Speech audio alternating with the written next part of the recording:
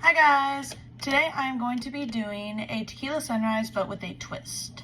My twist will be a strawberry tequila sunrise. So what I'm going to be doing is I'm going to be replacing the cherry grenadine that's traditionally in the recipe with strawberry puree, and I'm going to be adding some natural strawberries just for look and aroma. So to start off with, 16-ounce glass. I would recommend using a 16-ounce glass or just in general a tall, long glass. Because the whole point of a tequila sunrise is to look like a sunrise, and you need to have room in your glass to see that pretty flow of colors. Go ahead and fill it up with ice because you don't need to shake it around or anything like that because the liquids are going to naturally mix with each other when you're pouring them in here. For the first step, you're using a tequila. You can use Blanco or Reposado, doesn't matter how cheap or expensive really. Depending on if you use the Blanco or Reposado, it'll bring out different aromas or taste in your drink. So I'm using the Blanco because Blanco highlights the citrus flavor that you'll get from the orange juice. But if you want to use a Reposado, it'll bring out more of an earthy taste, and it also will make your drink smell more tropical.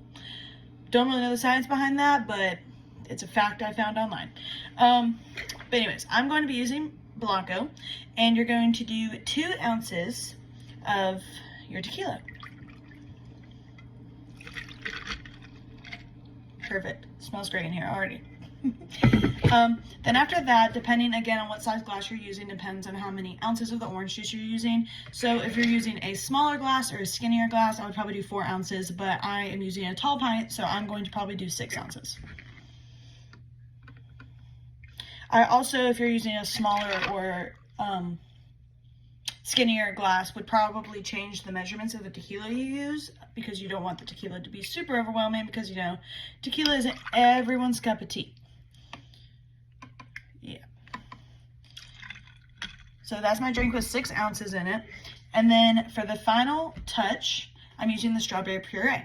So the reason that you don't shake it or mix it is because when you pour, even with the grenadine, if you're doing the traditional recipe, when you pour it in there, it would naturally sink to the bottom because it's thicker than the liquids that you have in here. And that's how you get that really pretty sunrise effect. And that's still true with the strawberry puree, so you're just gonna dump it on top. I'm gonna do about 2 ounces of the strawberry puree.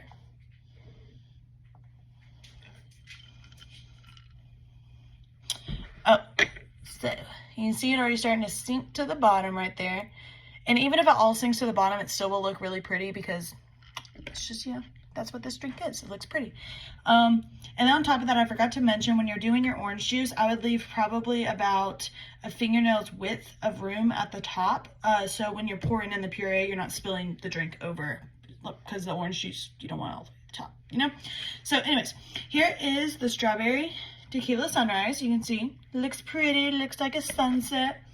And then if you have them on hand, you can also add fresh strawberries into the drink. You can even muddle them, but because strawberries are not always in season, I'm not going to do that, so that you can do this at any point in your life.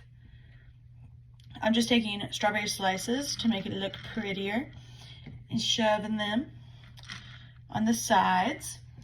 And then traditionally, orange slice as a garnish, so I'm going to keep that traditional aspect. Oh, overflowing a little bit. And then, ta-da! You have a dripping tequila sunrise. Excuse me, strawberry tequila sunrise. And then the most important part of the entire recipe is that you need to give your pet that has been waiting right beside you patiently for love a strawberry. Here, get it. Cheers.